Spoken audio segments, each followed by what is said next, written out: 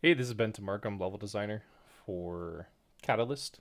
Been working on mostly the level design that I've been assigned to do, which entails, from previous videos, if you've been watching them, about the cats in the ship reaching an even bigger ship, trying to avoid an asteroid storm, and seeking refuge in there, only to be chased by dogs inside the ship and also in other smaller ships, where they have to fend them off with laser guns attached to the bottom of their ship and essentially navigate through this broken mess. Some of the rooms are going to be still intact, other rooms are going to be together, and they're going to be flying through these different rooms, through different stories and levels. And as they go through different areas, some will speed up, some will slow down. So you have a little bit of that, a hyped moment, and then breathe a little, and then ultimately shooting outside, the ship to be able to end that level.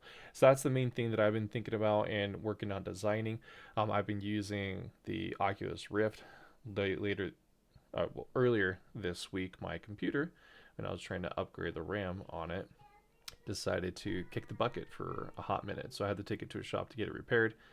Kind of killed my weekend and the ability to, do as much work as I was hoping.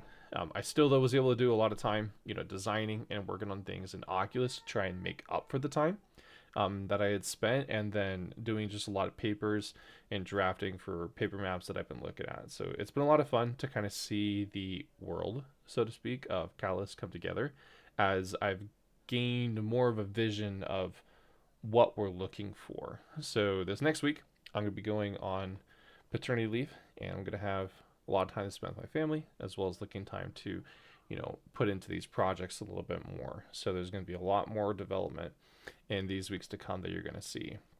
With that being said, just recapping real quick, what I've accomplished since the last stand-up has been finalizing a lot more of that level design, getting a level LDD to my team lead, Lauren. Next stand-up, I'm going to be working on um, meeting, with my programmers. I got the repository set up, some other related things, and getting the movement integrated in my level, kind of figure out like what the speed looks like, if it's too big, if it's too long. Um, get in a little bit of scalability and work with the programmers to see, how much more we can develop and what those timelines look like, so we can really start cranking into the level design. But mostly what I'm going to be working on is looking at the different mechanics that we learned in the tutorial and creating patterns and similar mechanics in the future levels that players will go into, and also comparing that and strategizing with other levels that our previous designers have done. So it's going to be a lot of mix and match. I'm kind of blocking out how big and how long the game is. That's something I really want to focus on, having that vision, having a concrete goal of, this is the mechanics, this is what we want them to do. What's the beginning? What's the end goal? How do we reach that? And then that way, as a team, even though we have those milestones, just having it built out more so we know how much do we have to do? How many levels do we need to design? And then that gives us a little bit more of a framework to measure that progress. So, really, the only thing that's going to be slowing us down, I feel, from my point of view at least, is the movement being programmed. The movement being programmed is basically the half of the game.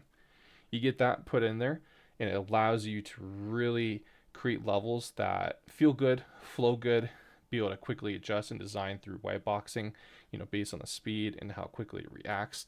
So that's the main thing that's been holding me back to really develop the levels that I have, and so I'm just looking forward to that.